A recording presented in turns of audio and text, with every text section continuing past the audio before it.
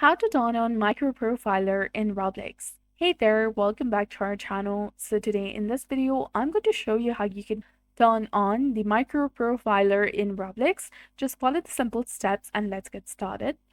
First of all, you need to open the Roblox application in your web browser, and from the home page, open any game that you want to play or join a server.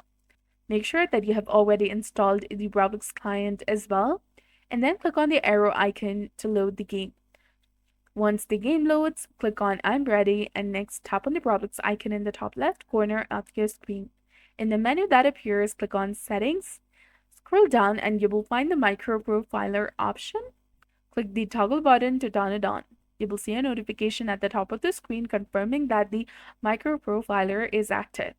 You can also use the same process for other games or toggle the button off to disable it. I hope you found this video helpful. If you did, please like and subscribe for more helpful tips and tutorials.